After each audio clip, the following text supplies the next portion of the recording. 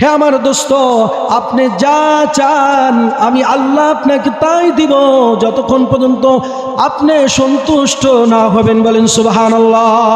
আল্লাহ বলতেছেন, পয়গম্বর হে আমার দোস্ত, সমস্ত নবীরা আমি আল্লাহর কাছে চাইছে, আর আপনি হাবিবের কাছে আমি চাইতেছি। আপনি চান আমার কাছে চান, কি চাইবেন? বলেন সুবহানাল্লাহ।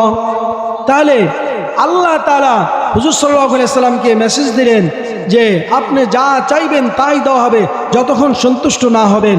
হুজুর সাল্লাল্লাহু আলাইহি সাল্লাম কাবার চত্বরে অর্থাৎ বাইতুল্লাহর কাছে তিনি দুটি হাত আকাশের দিকে তুলে, আসমানের দিকে দুটি হাত তুলে কান্না বিজড়িত কণ্ঠে বলতেছেন, আল্লাহুম্মা উম্মতি, আল্লাহুম্মা উম্মতি। বলেন সুবহানাল্লাহ। হুজুর সাল্লাল্লাহু আলাইহি সাল্লাম বললেন, আল্লাহ আমি আপনার কাছে কিছুই চাই না, আমি আমার উম্মতের জন্য আপনার কাছে দরখাস্ত করতেছি। আমার উম্মতের কি অবস্থা হবে, আমার উম্মতের জন্য আমি চিন্তিত। আমি আপনার কাছে আমার উম্মতের জন্য সুপারিশ চাই। বলেন সুবহানাল্লাহ। হুজুর সাল্লাল্লাহু আলাইহি সাল্লাম কান্না বিজড়িত কণ্ঠে দুটি হাত আসমানের দিকে তুলে উম্মতের জন্য কাঁদতেছেন। তখন আল্লাহ তাআলা সব জানেন, সব বোঝেন। তারপরেও হযরতে জিবরাইল আলাইহিস সালামকে পাঠাইলেন, যাও জিবরাইল যাও, দেরি করো না। আমার হাবিব কি জন্য কাঁদতেছেন, কি জন্য কান্না করতেছেন, যাও জিজ্ঞেস করো। জিবরাইল আলাইহিস সালাম সালাম দিলেন, আসসালাতু ওয়াসসালামু আলাইকা ইয়া হাবিবাল্লাহ। হুজুর সাল্লাল্লাহু আলাইহি সাল্লামকে আয়েশা সালাম দিলেন। সালাম দেওয়ার পরে জিবরাইল আলাইহিস সালামের সালামের উত্তর নিলেন, বললেন, হাবিব আপনি কি জন্য কাঁদতেছেন? আল্লাহ জিজ্ঞেস করছেন। হুজুর সাল্লাল্লাহু আলাইহি সাল্লাম বললেন, জিবরাইল আমি আমার উম্মতের চিন্তায় চিন্তিত, আমি আমার উম্মতের জন্য কাঁদতেছি। তুমি যাও আল্লাহ তাআলার কাছে যায় জিজ্ঞেস করো যে আমার উম্মতের কি অবস্থা হবে। তখন আল্লাহ তাআলা জিবরাইল আলাইহিস সালাম আল্লাহ তাআলার কাছে চলে গেলেন। আল্লাহ তাআলার কাছে যায় বললেন, আল্লাহ আপনার দোস্ত কাঁদতেছেন তার উম্মতের জন্য, তার উম্মতের কি অবস্থা হবে এই জন্য তিনি চিন্তিত। তখন আল্লাহ তাআলা জিবরাইল আলাইহিস সালামকে বললেন, যাও জিবরাইল যাও যাও যাও, তুমি আমার হাবিবকে যায়া, আমার দোস্তকে যায়া সুসংবাদ দিয়ে আসো যে তার উম্মতের ব্যাপারে তাকে দুঃখিত করা হবে না, চিন্তিত করা হবে না। বলেন সুবহানাল্লাহ। অর্থাৎ আমার হাবিব যা চাইবে তার উম্মতের জন্য আমি আল্লাহ তা বাজেট করে দিব। বলেন সুবহানাল্লাহ।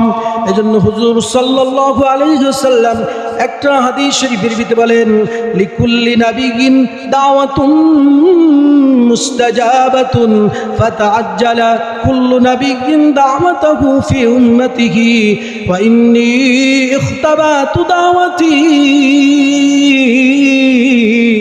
শাফাআতাল লিউম্মতি ইয়াউমাল কিয়ামাহ। বলেন সুবহানাল্লাহ। আল্লাহ তাআলা আল্লাহর হাবিব বলেন যে সমস্ত নবীদেরকে আল্লাহ তাআলা দুনিয়াতে একটা দোয়ার পারমিশন দিয়েছেন, বিশেষ দোয়া। কি দোয়া? বিশেষ দোয়া। অর্থাৎ নবীদের দোয়া এমনি কবুল আল্লাহ তাআলার কাছে, তারপরও একটা বিশেষ দোয়ার পারমিশন দিয়েছেন। যেভাবে চাইবা, যখন চাইবা, যেমনে চাইবা আমি আল্লাহ সেভাবেই দিব। বলেন সুবহানাল্লাহ। সমস্ত নবীদেরকে আল্লাহ তাআলা একটা করে পারমিশন দিয়েছেন, হে নবীরা তোমরা যেমনে চাইবা, যেভাবে চাইবা, যেই মুহূর্তে চাইবা আমি আল্লাহ তাআলা সেটা সেইভাবেই দিব। বলেন সুবহানাল্লাহ। সমস্ত নবীরা এই দোয়াটা দুনিয়াতে শেষ করে দিয়েছেন। প্রত্যেকটা নবী বিপদে পড়ছেন, যে যেইভাবে চাইছেন আল্লাহ তাআলা প্রত্যেকের হাজতগুলি পূরণ করে দিয়েছেন। বলেন সুবহানাল্লাহ। জাকারিয়া আলাইহিস সালাম বিপদে পড়ছেন, আল্লাহ তাআলার কাছে চাইছেন। এরকমভাবে নূহ আলাইহিস সালাম বিপদে পড়ছেন, আল্লাহ তাআলার কাছে চাইছেন। এরকমভাবে হযরতে দাউদ আলাইহিস সালাম বিপদে পড়ছেন, আল্লাহ তাআলার কাছে চাইছেন। সুলাইমান আলাইহিস সালাম বিপদে পড়ছেন, আল্লাহ তাআলার কাছে চাইছেন বিশেষ দোয়া। এই বিশেষ দোয়া সমস্ত নবী পয়গম্বরগণ দুনিয়াতে শেষ করে দিয়েছেন। আর হুজুর সাল্লাল্লাহু আলাইহি সাল্লাম বলেন, আমাকেও আমার দোস্ত আমার আল্লাহ তাআলা একটা দোয়ার পারমিশন দিয়েছেন। হাবিব আপনি যেভাবে চাইবেন, যখন চাইবেন, যেভাবে চাইবেন, যে মুহূর্তে চাইবেন, যা চাইবেন আপনাকে তাই দেওয়া হবে। বলেন সুবহানাল্লাহ। হুজুর সাল্লাল্লাহু আলাইহি সাল্লাম বলেন, ওয়া ইন্নী ইখতাবাতু দাওয়াতি শাফাআতাল লিউম্মতি ইয়াউমাল কিয়ামাহ। হুজুর সাল্লাল্লাহু আলাইহি সাল্লাম বলেন, আমি আমার এই ইতিম উম্মতের জন্য, আমার এই গুনাহগার উম্মতের জন্য আমি আমার দোয়াটা রিজার্ভ রেখে দিয়েছি। আমি কিয়ামতের ময়দানে আমার উম্মতের জন্য আল্লাহর কাছে সুপারিশ চাইব।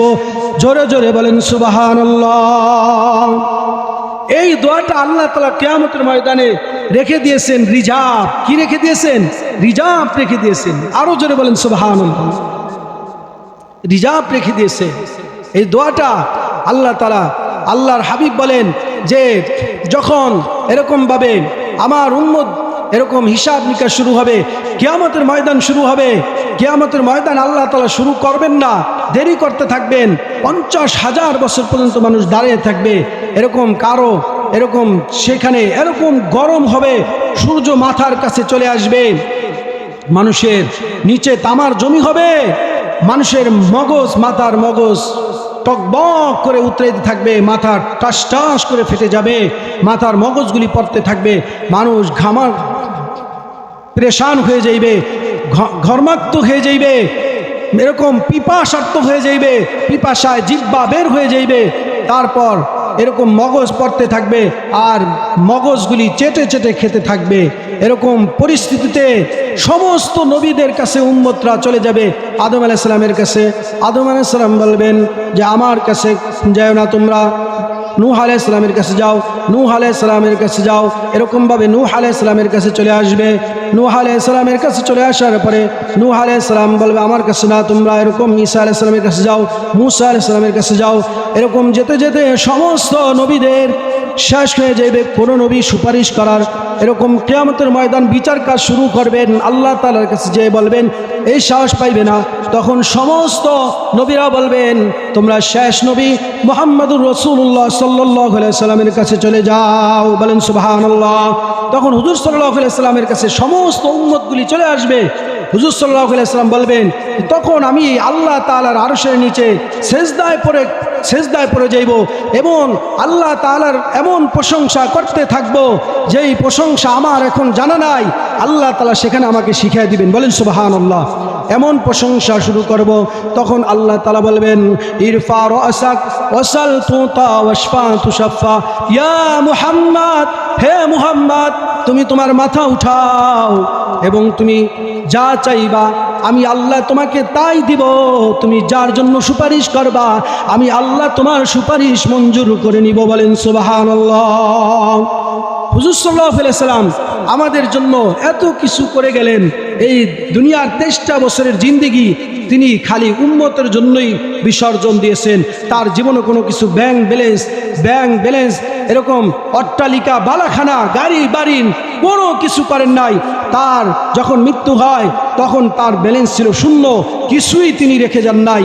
অর্থাৎ তার পুরা জীবনের 23টা বছর তিনি উম্মতের জন্য মেহনত করেছেন, পুরা তার জিন্দেগিটা শেষ করছেন উম্মতের চিন্তায়, উম্মতের জন্য কেঁদে কেঁদে তিনি শেষ করছেন। এখনো মদিনায় কাঁদেন। আর আমরা উম্মতরা কি করতেছি? কথা কন না কা? উম্মতরা কি করতেছি? উম্মতরা এখনো রাসূলের অর্থাৎ যেই দাড়ি মোবারক যেটা পোজ দিলে বলছে আমার কলিজায় পোজ দেওয়া হয়, এই দাড়ি এখনো কাটে। এখনো কি কাটে? পুরুষের সৌন্দর্য হলো দাড়ি। পুরুষের সৌন্দর্য কি? দাড়ি। আর যেগুলা দাড়ি রাখবো না, এটা মহিলা। এটি কি? মহিলা মার্কা। মহিলাদের দাড়ি নেই। কি নাই? কথা কন না কা? মহিলাদের দাড়ি নেই। পারলে আপনি থামায় রাখেন তো, মহিলার মতন পারবেন? কথা কন না কা? যেটা আল্লাহ হুকুম করছে আপনি এটার ভিতরে হাত দেন কেন? আপনার সাহস দিছে কে? এই সাহস কোথা থেকে পেলেন? এরকম মহিলা মার্কা যেন আমরা না থাকি। আল্লাহ তাআলা হেফাজত করুক। সকলে বলে আমিন। পুরুষের সৌন্দর্যই হলো দাড়ি।